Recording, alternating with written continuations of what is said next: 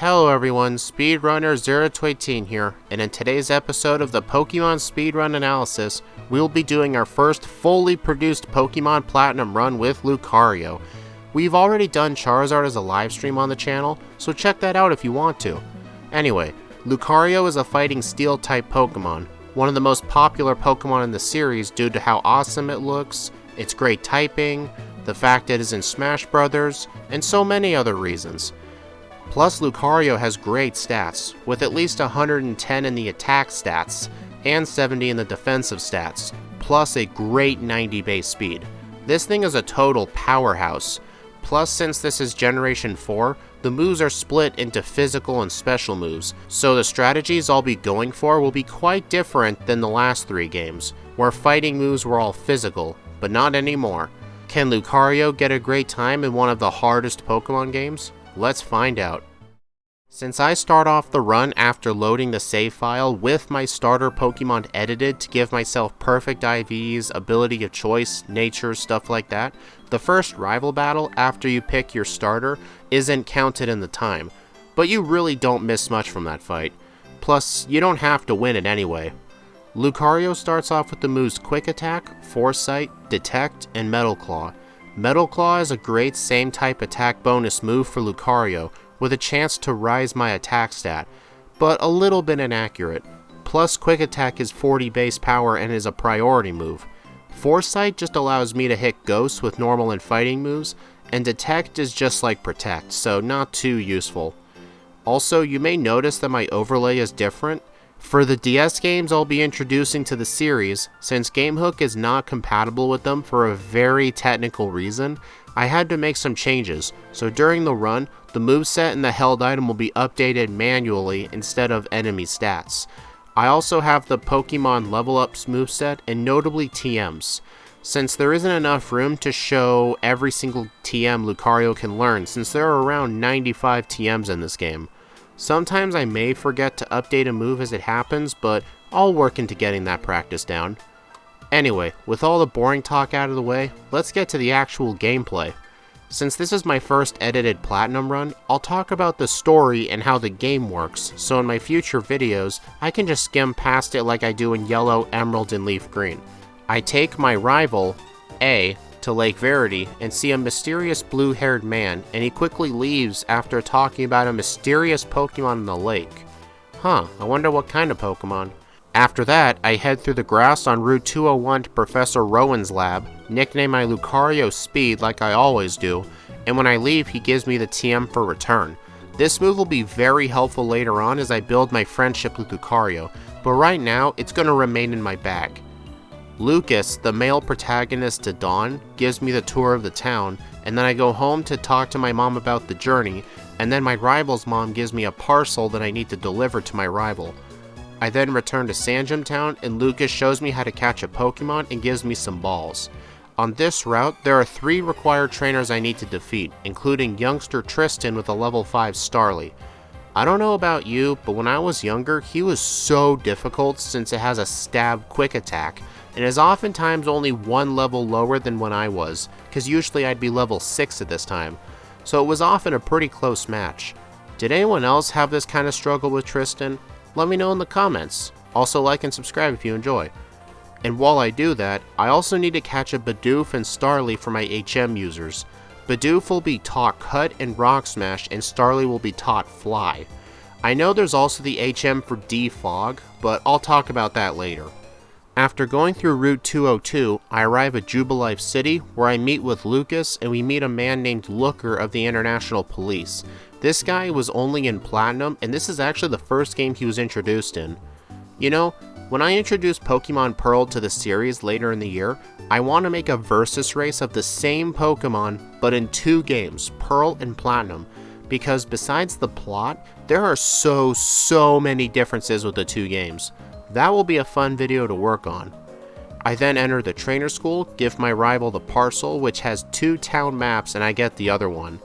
I then leave and talk to the 3 clowns to get the coupons needed for the Pokétch. This thing can be helpful since it has a ton of different apps, including a dowsing machine, party screen, and a clock.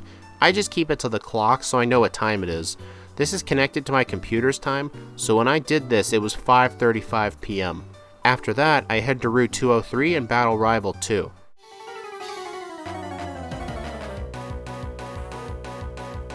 For this fight, he has a Starly and a Chimchar, since I always replace the grass starter in my runs.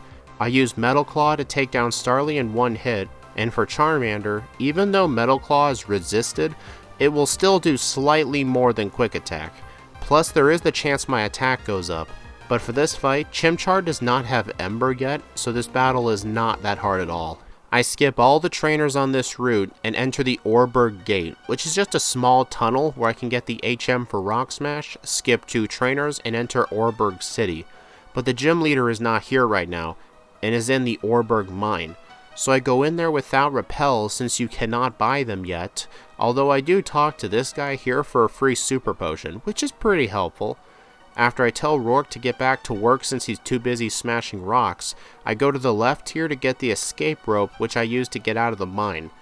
With Rourke back in his place at the Oreburgh City Gym, I have my first gym battle with Rourke, the rock type user.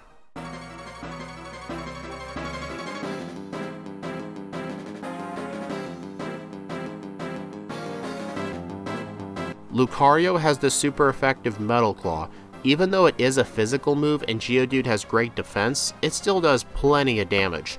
And at level 11, I learned the move Force Palm over Foresight, and I use that more powerful 60 base power fighting type move with a chance to paralyze on the rest of his team, and I get the Mine Badge with a time of 11 minutes and 47 seconds. Not bad at all. I then heal at the Pokemon Center and enter the Mart for my first shopping trip. I buy 13 repels, 3 paralyze heals, no antidotes since I am a part steel type after all, and 5 Pokeballs since we need to catch a few more Pokemon throughout the run. I then run all the way back to Jubilife City to find Team Galactic attacking Professor Rowan and Lucas, so I enter a multi-battle to help out. With that fight done, I go north to Route 204. Every trainer here is optional if you can avoid the spinners. The bag trick doesn't work in this game like it did in Gen 3, but it can help a little since the spinners do have to wait a certain number of frames before spinning again. At least these aren't Gen 2 spinners. God, I am not looking forward to dealing with those guys. Once I enter the Ravaged Path, I break this rock right here to get the TM for Rock Tomb, since Rourke gives you Stealth Rock, which is way worse in a solo run. Great for competitive, but not much else. With the trainers avoided, I enter Floroma Town and go to the Valley Windworks, which is being invaded by Team Galactic. I defeated the guard guarding the door, and he runs inside and locks it, which is something an actual smart criminal would do. Maybe Team Rocket should take notes here. I backtrack to the Floroma Meadow north of Floroma Town and rescue the honey guy from 2 more grunts, and they drop a duplicate key to the Windworks, and then I teach Rock Tomb to Lucario over Detect. And then I realized here I didn't update my moveset, so here we go. In the Windworks, I fight a spinner by mistake, and then I battled Commander Mars.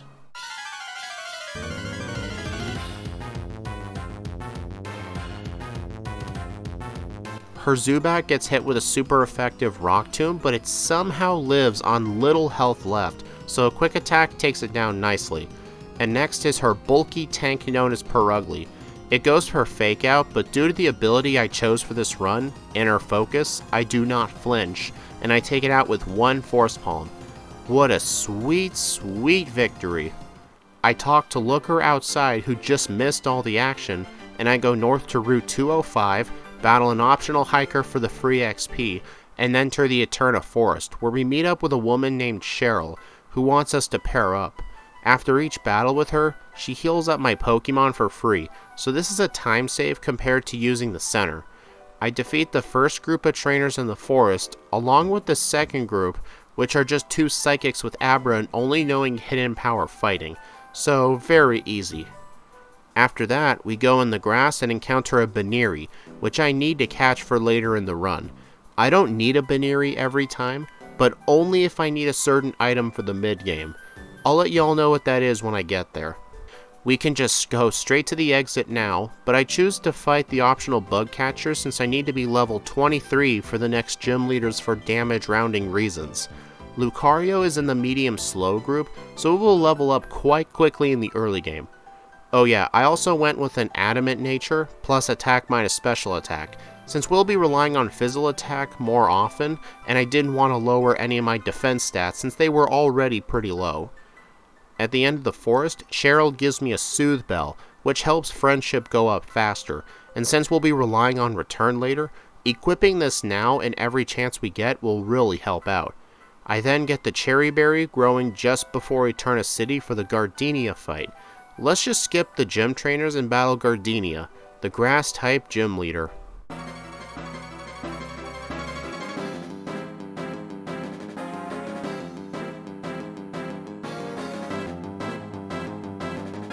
She starts off with Turtwig. This thing likes to be a troll with physical attackers since it has the move Reflect, and I have to rely on Metal Claw and Force Palm to win. It does go for Reflect, but the second Metal Claw crit. And on Cherrim, I spam Force Palm, which is my most powerful move right now. When Roserade comes out, it uses Stun Spore and my Cherry Berry heals it up, but it deals too much damage to me, and I get my very first reset. Okay, let's try that again. On Turtwig, since it doesn't go down in 2 hits, I can stall on it while the Reflect goes away, which it does, so Cherrim is now a 2-hit. On Roserade, I have double the health I had last time, so I take it out in 2 hits. It isn't max powered right now, but it is doing more damage than Quick Attack would, so that's why I taught it. Oh, I actually updated the item in real time for once, that's rare. With the Forest Badge obtained, I get the Explorer Kit, which is needed to progress, but I actually ban the Underground in all my Sinnoh runs since you can get a lot of great items underground to sell for money, so I just ban it. I follow my rival to the Dialkia statue, see the blue-haired man again, and then Cynthia shows me the HM for cut, so I can just take on the Galactic Building. Funny thing is, this building has no required trainer battles in here at all with the grunts, so I go straight to the top and battle the second commander of Team Galactic, Jupiter.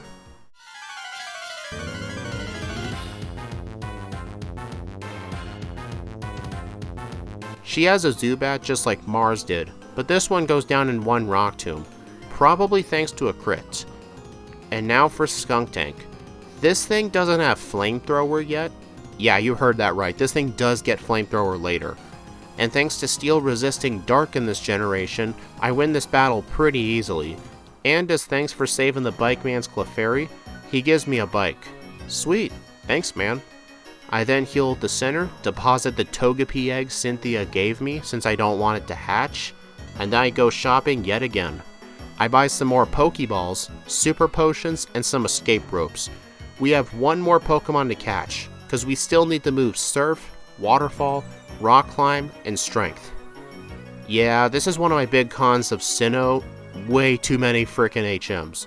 I'm glad BDSP did not bring those back. I go through the cycling road without any trainer battles, and then I go underneath the bridge to get the Rostberry for Fantina later, since her first Pokemon, Duskull, has Will-O-Wisp, and then I enter the hidden entrance to Wayward Cave. I have to do a bike puzzle here, and it's a good thing it isn't dark in this room. There is a rare candy here, but I skip it because all I need is the TM for Earthquake, which will be very helpful and powerful later in the run.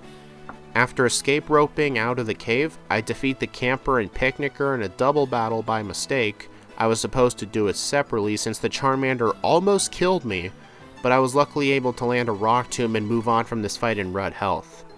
Anyway, in front of Mount Coronet, Lucas tells me to choose left or right hand, but it doesn't really matter as he always gives the Versus Seeker first, then the Dowsing Machine. Just like in Leaf Green, the Versus Seeker will be very helpful, but not for the same reason. In Mount Coronet, I see a blue-haired man yet again and enter Route 208. There is one mandatory hiker here which is pretty easy to deal with, get the ether for later, and in the grass here with a 20% chance at any time of the day, I need a B-Barrel, which can learn all 4 of the HM moves I'm missing. You know, I find it funny playing Pokemon Shining Pearl, when you summon a wild Pokemon to use an HM move for you, they have you summon Bidoof, B-Barrel, and Staraptor. ILCA knew the only reason people used Bidoof and B-Barrel for back in the OG games was just for HM users. I just found that quite funny. After I catch a Bibarel, I enter Hearthome, get a dress from Mom, talk to Fantina, tell her to get back to work, heal at the center, which I have to do way more often in the newer games, and then enter Amity Square. This was the reason I needed Baneri. In the OG Sinnoh games, you can only enter with certain Pokemon. I enter here to get the Amulet Coin, which will be very helpful before fighting the 5th gym. Now is time for the 3rd gym. The gym puzzle here is different in Diamond and Pearl and then Platinum. In Platinum, you have to find the blue tile with a shape on it and enter the right door. And in Diamond and Pearl, you just solve some questions. But one of the problems with Platinum is that this puzzle changes every single time you enter the gym, so you cannot route this out. And you can't shine a flashlight on a trainer because they will see you. With the Rossberry equipped, let's battle Fantina, the Ghost-type gym leader.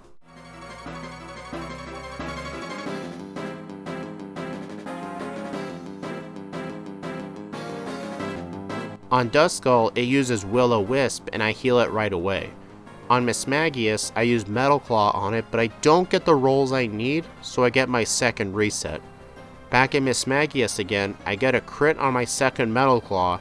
An attack boost would have helped too, but either way, I get the Relic Badge with a time of 43 minutes and 49 seconds. Yeah, this game is a long one. Also as a note, the badge boost was ended in Gen 4, so I don't need to worry about badges raising stats. I then teach Earthquake to Lucario over Rock Tomb, equip the Soothe Bell to raise friendship faster, and I battle Rival 3 in the Route 209 gate.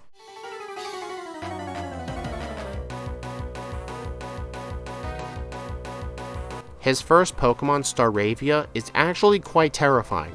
It likes to use Double Team on turn 1 instead of the rival from the Kanto games using Sand Attack, which is quite nice. But if you cannot defeat the Staravia in 2 hits, it also has Endeavor, which if you don't know, it brings the opponent down to the HP of the user. So if I land a hit on the first turn, it survives, uses Double Team, and I miss my second attack, the Endeavor could deal a huge chunk of my health.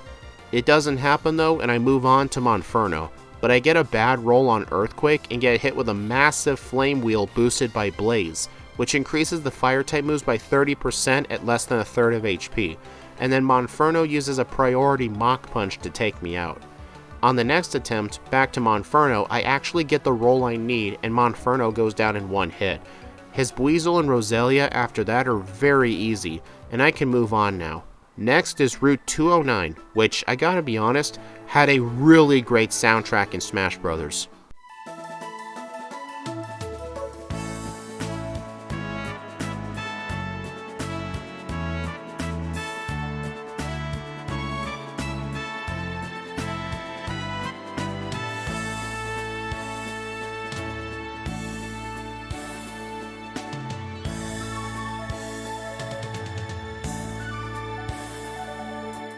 Anyway, the only required trainers here are the twins, but with Earthquake, I can take out literally everything on the field including my poor Bidoof, and I avoid the rest of the trainers and enter Solaceon Town.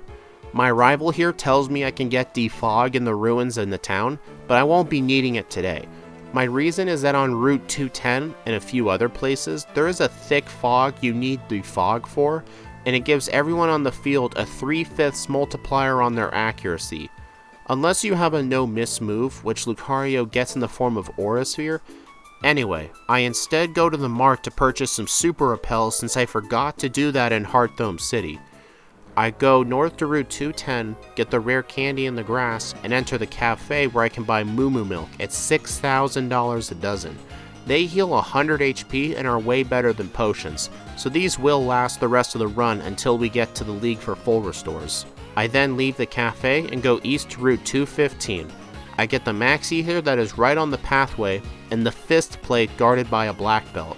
This plate increases fighting type moves by 20%, so this will be very helpful. The Black Belt item, which does the same thing, is in the game, but it is only on the route with Pal Park, locked behind a guy who wants you to show him a Pokemon of a random level, and even if you show it to him, it's a 1 in 3 chance of it being the Black Belt, so the Fist Plate is way better. At the end of the route are 2 Ace Trainers that are very difficult for a lot of Pokemon.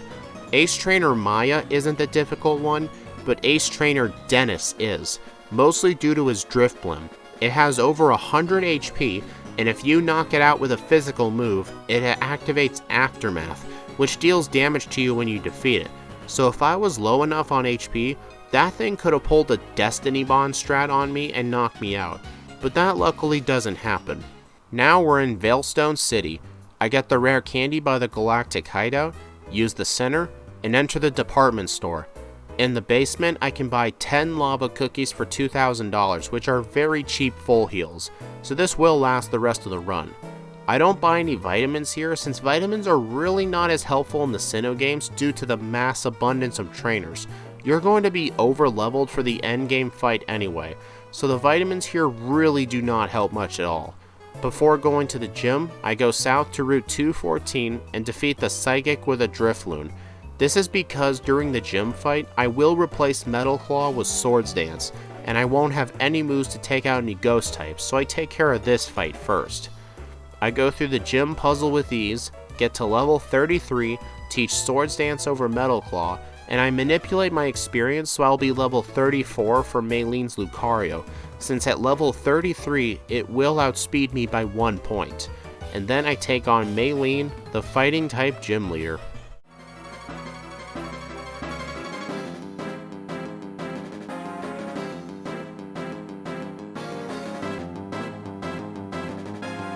Her first Pokemon is Meditite.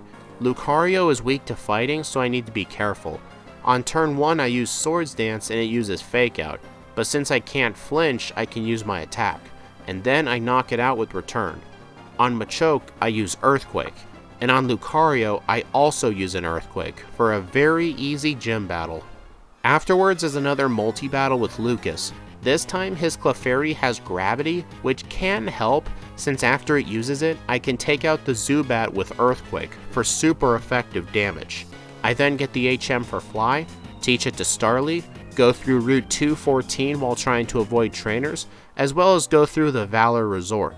And through Route 213, I battle this Tuber girl, since I have to pass her so many times throughout the run, and since she only has 1 Pokemon, I may as well just fight her. Same thing with this beauty here with 1 Glameow. And now we are in Pastoria City. I heal at the center and attempt Rival 4.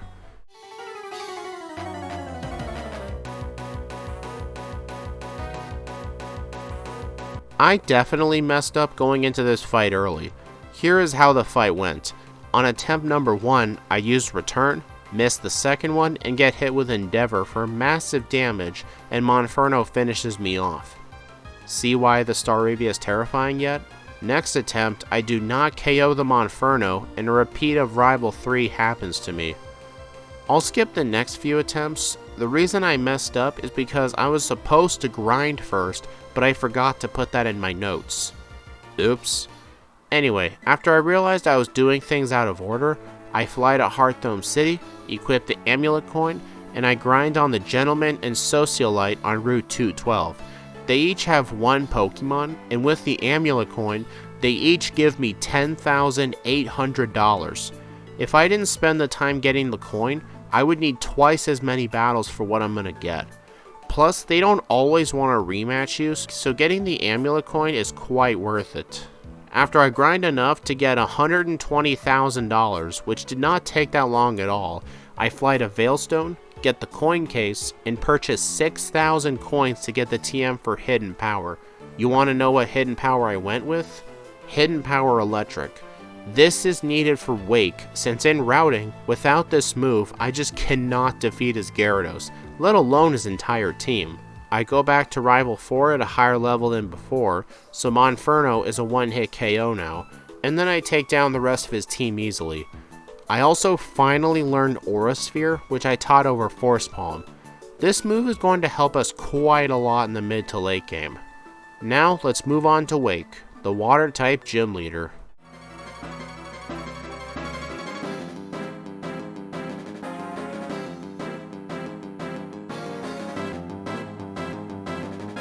On Gyarados, with Hidden Power taught over Return, I take it out in 1 hit.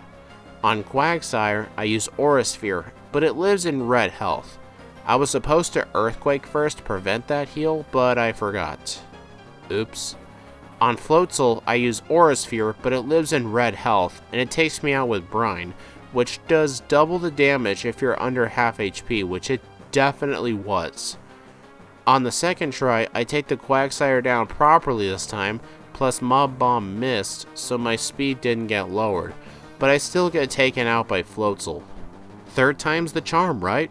Hidden Power takes down the Gyarados in one hit, and Quagsire goes down along with Floatzel for a split time of 1 hour, 17 minutes, and 56 seconds. And also, I'm still holding the Amulet coin since I don't need to take it away just yet, so I'm just going to let the big bucks roll in. After chasing down a Team Galactic run for blowing up a bomb in the Great Marsh. Look, I know it's the worst Safari Zone ever made, but still. Cynthia gives me the secret potion, which I use on the Psyduck on Route 210, giving me access to the rest of the route. The northern part is very foggy, but with Aura Sphere, I don't have to worry about missing. Although one problem with the fog is that the final trainer on this route is a spinner, and I cannot see him, so I have to go in blindly, but I end up hitting him for some wasted time. Oh well. I enter Celestic Town, defeat the Grunt, learn some ancient history, and the blue-haired guy shows up. Turns out he is Cyrus, the boss of Team Galactic, and he challenges me to a battle.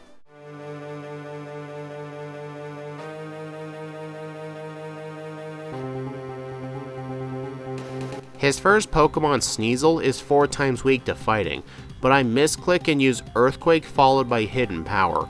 I don't know what I was thinking. The Murkrow and the Golbat that follow were very easy to take down with Hidden Power Electric, so the fight was just overall easy, but then I ran out of power points, so I had to reset on the Golbat. I take a go at this fight a few more times trying to preserve my power points for Golbat, but I failed this fight a few more times because of that. I should have just used the center, but 10 resets into the run, I get a lucky crit on the Golbat, so I guess my stubbornness pays off. I get Surf from Cynthia's grandmother, teach it to be Beryl, and fly to Jubilife City, where I go west to Route 218. There is a rare candy not too far off the main path, and I avoid the Sailor Spinner here and enter Canalave City, where I heal at the center and battle Rival 5.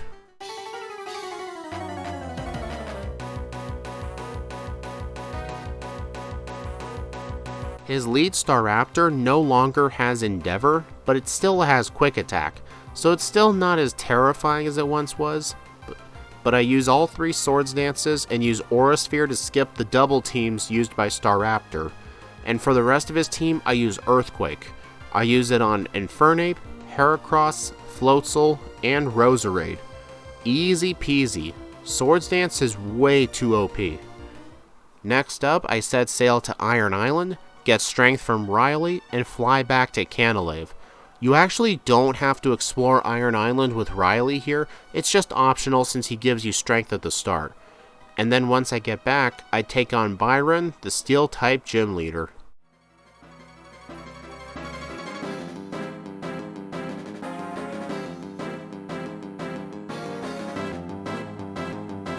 First up is Magneton. It is 4 times weak to ground, but with Aura Sphere it will take it out. Steelix has great defense, but bad special defense, so Aura Sphere is the way to go. And finally is his Bastiodon. This thing is just a terrible Pokemon, and I take it out with a 4 times effective Earthquake for the 1 hit. Now for the evil villain plot. I hear the explosion from Lake Valor and go check it out to find Magikarp flopping around everywhere. Someone's gotta pay for this. So I take on Team Galactic's 3rd commander, Saturn.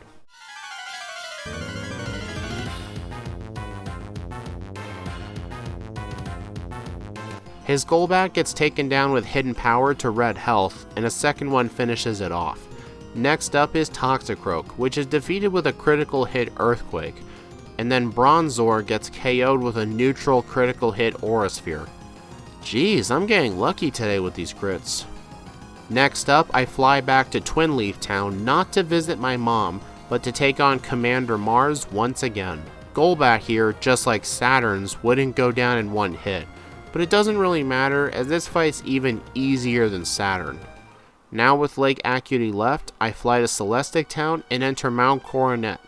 I get a rare candy on the first floor, and in the foggy basement floor where you can find wild Feebas in the water, I get the Max Elixir and a hidden rare candy in front of the stairs, and then I enter Route 216.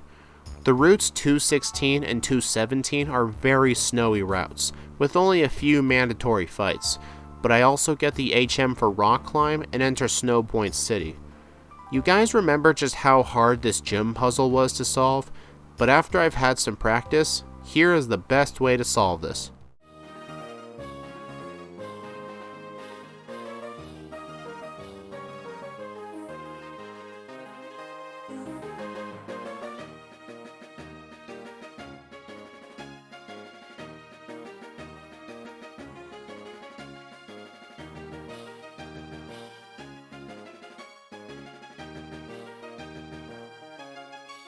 Now for Candace, the Ice-type gym leader.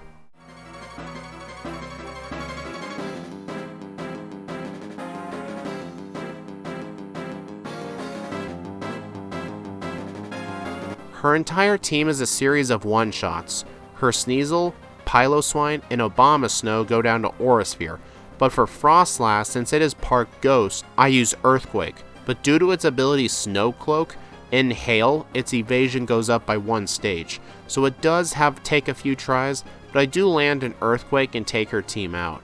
Now, when I unlock the ability to use Rock Climb outside of battle, I realize my rival lost to Jupiter, and now it's time to invade their hideout in Veilstone City. I'll just skim over most of this boring stuff and go straight to the second battle with Cyrus.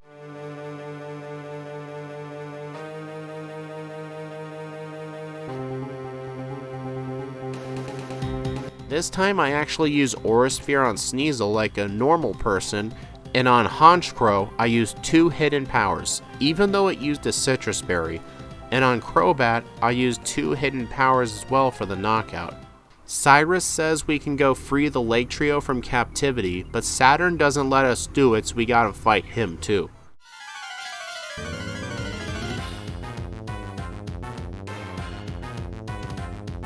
His Golbat takes 2 hidden powers like before, and Toxicroak goes down in 1 Earthquake, followed by his Bronzor going down to 2 Auraspheres. With the Lake Trio free, we now have to go stop Cyrus. I fly to Orberg City and go to the Mart to stock on Super Repels. I then enter Mount Coronet from the Orberg side and scale up the mountain. Near the top floors, I can find a hidden rare candy. There's also a Max Elixir here, but I forgot to pick it up. But before you know it, I arrive at Spear Pillar, take on the 2 grunts, and then my rival shows up to help me face Mars and Jupiter for the final time.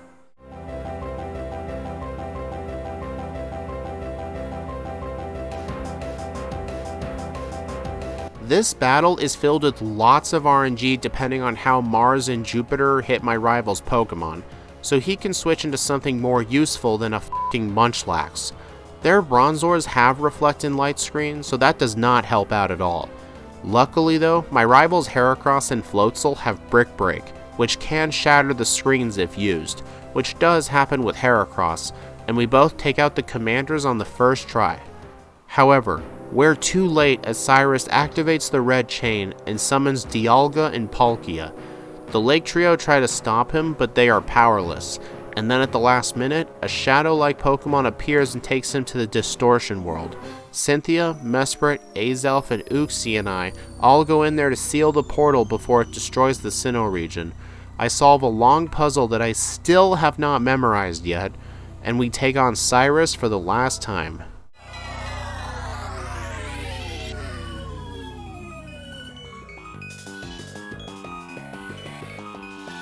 His team is now more powerful than ever.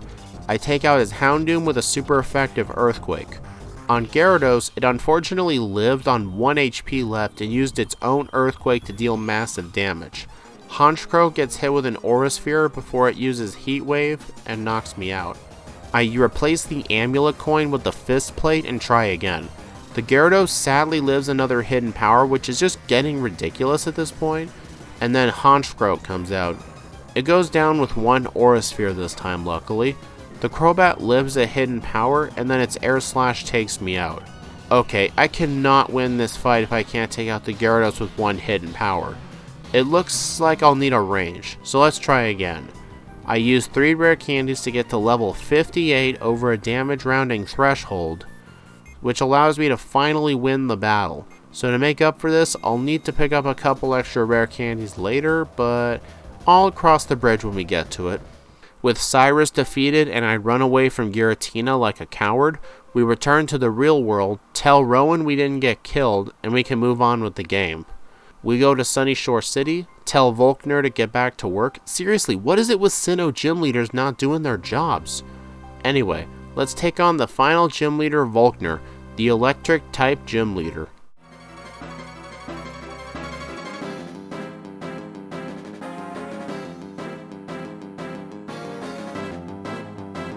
His first Pokemon is a Luxray, which can be taken down by a super effective Earthquake, along with Raichu, Luxray, and Electivire. Or I guess I missed the range. Oh well. I hit it again, and I complete the Gym Leader Challenge with a time of 2 hours, 26 minutes, and 25 seconds. Man, I could get a playthrough of Pokemon Emerald done in less than that. Jeez. I don't care though, this game's still a lot of fun regardless. I get my final HM, Waterfall, from Jasmine, the Steel-type gym leader from Johto visiting Sinnoh for some reason, and I go to Victory Road, use the center, and battle the Victory Road Gauntlet. There are a total of 8 mandatory trainers in here, with pretty strong Pokemon, but nothing Lucario can't handle. You stupid motherfucker! I arrive at the Pokemon League, heal at the center, buy full restores, and then leave. Before I do the league, I have to fly to Solaceon Town and enter the Lost Tower. Why? I need to pick up a second copy of Return, which I had previously wiped for Hidden Power. We don't need Hidden Power anymore, but we do need Return for great physical damage. I know you can buy it at the Game Corner, but it's like 8,000 coins. I am not doing that. Also, I just realized I didn't update the Beacon badge. Oops. Anyway, I teach Return over Hidden Power and take on Rival 6, the last rival battle.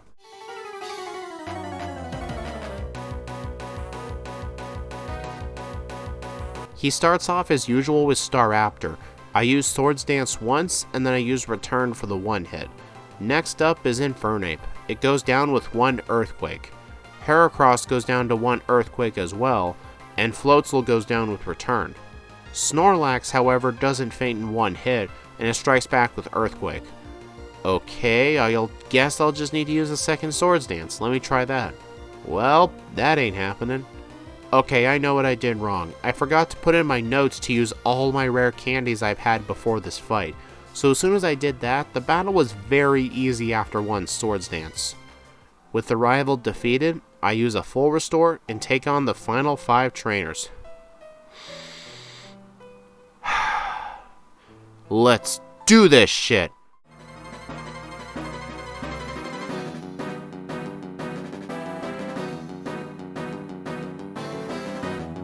On Aaron, the Bug-type Elite Four member, this fight is just 1 Swords Dance followed by spamming Return or Earthquake depending on who the opponent was. On Bertha, the Ground-type Elite Four member, first up is Whiscash. It likes to Sandstorm turn 1, but since I'm a Steel type, that doesn't hurt me at all.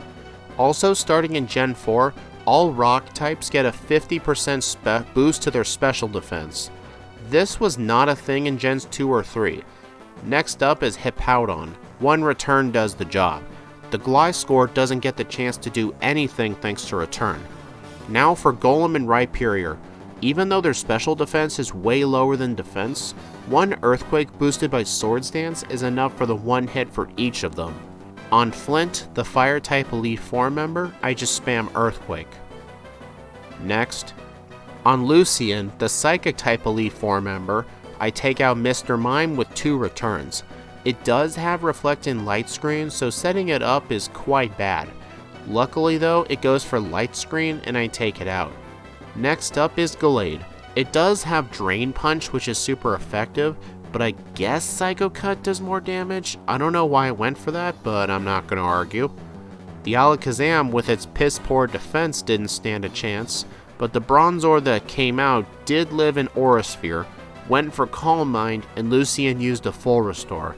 But it still is a 2-hit KO luckily, so I take out the rest of Lucian's team with ease. Now for what is known as one of the most difficult champions, Cynthia.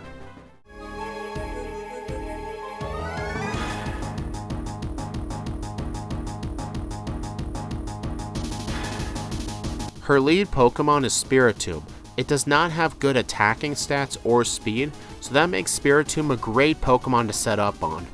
Once I'm set up with 3 Swords Dances, I take out the Spiritomb with Earthquake, Lucario with Earthquake, Garchomp with Return, Togekiss with Return, Milotic with Return, and Roserade with Return, and Lucario has defeated the league with a real time of 2 hours, 49 minutes, and 31 seconds, and a game time at the Hall of Fame of 5 hours and 12 minutes.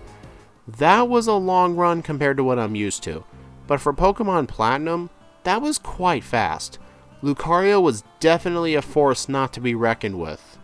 With its great attacking stats, great speed, and great typing, this Pokemon beats Charizard's time and gets first place on the Pokemon Platinum leaderboard. Also, I'm not including the average time anymore since that's just a useless stat. But we're not done yet. Every episode of the Pokemon speedrun analysis I do, including the live streams, will have a second round after the run is over, and we will be rematching the Pokemon League. Here are the steps to how we do that. I reload my save file with a completed Pokédex since to get to round 2, you need to finish the Stark Mountain quest. And to do that, you need to see all 210 Pokemon in the Sinnoh-Dex. I did this legitimately with PK Hex, along with hacking in 20 rare candies for the second round, just in case I need more levels. And since the run is already over, I do this just to save time IRL. After I defeat Flint and Volkner in a multi-battle at the battle area, thanks to me spamming Earthquake on everything and my rival using Staraptor, I go through the survival area all the way to Stark Mountain, where we see Cheren become the new boss of Team Galactic, and Mars and Jupiter challenge me to a battle. After I defeated them both, they quit the team and I team up with Buck to stop Cheren from getting the Magma Stone. Once we get to them, Looker puts Cheren under arrest and Team Galactic is done for good. With Looker giving us his eternal gratitude, which we couldn't go to sleep without, we can now do the second round of the league. This didn't take nearly as long as it did with Leaf Green for accessing the second round, but pretty close due to the game's running slower. This may not seem like it, but this game's been at 3 times speed the entire time. I do not change the moveset at all, and I battle the league one last time. The Elite Four have all the same teams and almost identical movesets, just with different levels. I wish they could have given them better Pokemon, but oh well. With Aaron, I used the same strat as before by using Swords Dance followed by either Return or Earthquake. For Bertha, I used 2 Swords Dances and used Return for the knockout. Next up is Hippowdon. I use Return, but it lives in red and takes me out with Earthquake. Yeah, I don't think this level will be enough, since if I set up a 3rd Swords Dance on Whiscash, it will take me out with 2 Earth Powers. I then use some candies to get to level 80, and I knock out the Hippowdon and Gliscor in one hit with Return. That's good. Now for Golem and Rhyperior. I use Aura Sphere on Golem by mistake, but it's still knocked out, so that's fine. And then on Rhyperior, an Earthquake does the job. On Flint, I spam Earthquake. Man, this fight's just a joke today. On Lucian, I use Swords Dance on Mr. Mime to fully set up since it used Reflect. I was doing this to mainly stall out the Reflect, which wore off after I knocked out the Gallade. And when the screen goes away, I take out Alakazam, and I barely KO Bronzong with Return. But that doesn't matter as I win on the first try. Now for Cynthia, one last time. As before, her Spiritomb is very easy to set up against with Swords Dance. Although don't do this if your Pokemon is weak to its moves, which Lucario is not. And I spam Earthquake on Spiritomb, then Lucario, and then I return on everything else just like before, and with that, Lucario has defeated the second round of the Pokemon League. This Pokemon was definitely really powerful. it was able to not only defeat the second round of the Pokemon League, but with only being 5 levels higher than the champion's strongest Pokemon, which is very impressive for a solo run without items. I couldn't say the same thing about Charizard though, since if you watched the live stream, one of the reasons it took so long was because of round 2 Bertha being quite a pain. But still, it's very nice to introduce a brand new game to the series. The next game I'll be introducing to the series is Pokemon Black. I will be doing one Black livestream with Charizard, and then one edited Pokemon Black run of a Pokemon that is yet to be determined as of typing the script, but right now I can tell you it will be Volcarona. I hope y'all look forward to it. Please like, comment, subscribe if you want to see more, and also follow or support me on my socials including Discord, Patreon, and every other one you see on screen. Also, I do most of my live streams to YouTube, but I still have my Twitch in case I want to stream something unrelated to the channel. Thank you all for watching, and I'll see you all in the next speedrun.